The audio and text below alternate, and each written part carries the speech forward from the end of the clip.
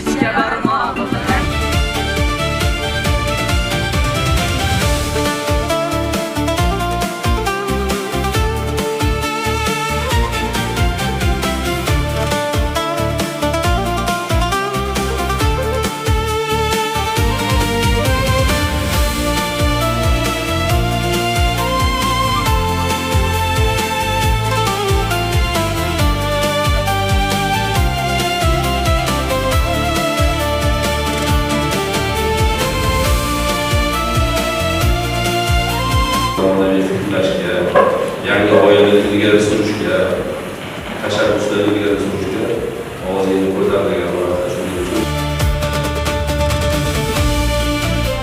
To'qqizinchi sinfdan beri shug'ullanib kelmoqdaman.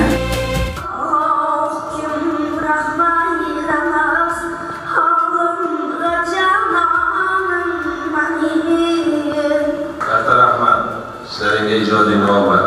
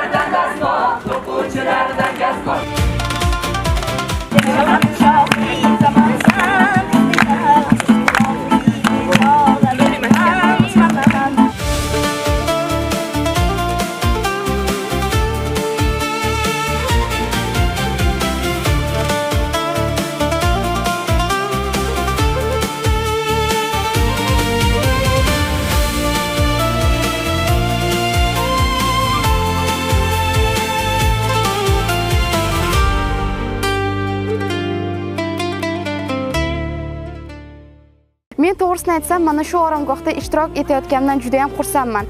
Sababi bu oromgoh o'zimni loyihalarimni, aynan inklyuziv ta'lim samaradorligini oshirishga qaratilgan loyihalarimni real yechim topish, ularni amaliyotda joriy etish, rivojlantirishga juda ham katta menga yordam bermoqda. Trenerlarimizni quvnoqligi, o'quvchi bilan shunaqangi ajoyib ishlashdiki, bizni ham kayfiyatimizni ko'tarib berishdi. Biz ham ularning kayfiyatlarini ko'tardik va bir-birimiz bilan do'stlashdik. Har qanday ona bugun yuksalishga va har qanday vaziyatda o'zining o'rnini topishga munosib deb o'ylayman. Qolaversa shuni ta'kidlash lozimki, kecha Inson nomli hujjatli film qo'yib berildi. Men u filmdan juda ham ta'sirlandim, hattoki ko'zimga ham yosh keldi. Mana shunaqangi oromgohlar ko'plab yoshlarni nafaqat sog'lom, balki imkoniyati cheklangan yoshlarimizni ham o'z loyihalarini namoyon etishlariga yordamchi sifatida xizmat qildi.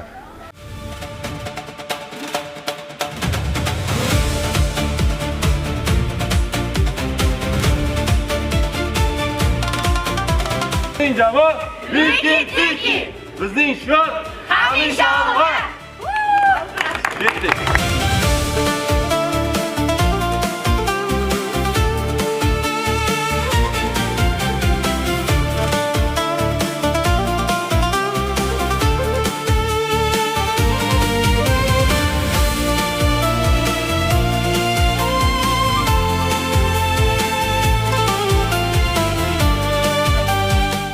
Ta ishtirokchini biz g'olib qilib saralab olamiz.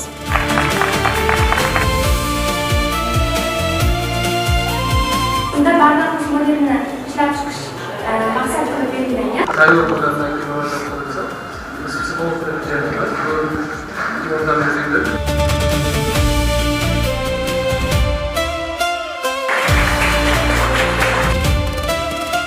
O'zi madaniy qo'ldan kelmagan narsani siz bajaryapsiz.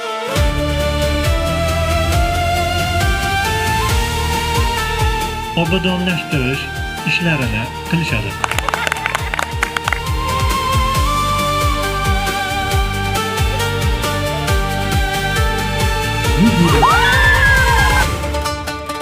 Ko'p loyihalar inkluzivlikka yo'nalganligi, nogironlarga yo'nalganligi albatta odamni xursand qiladi. Yana bir marotaba barchalarga rahmat.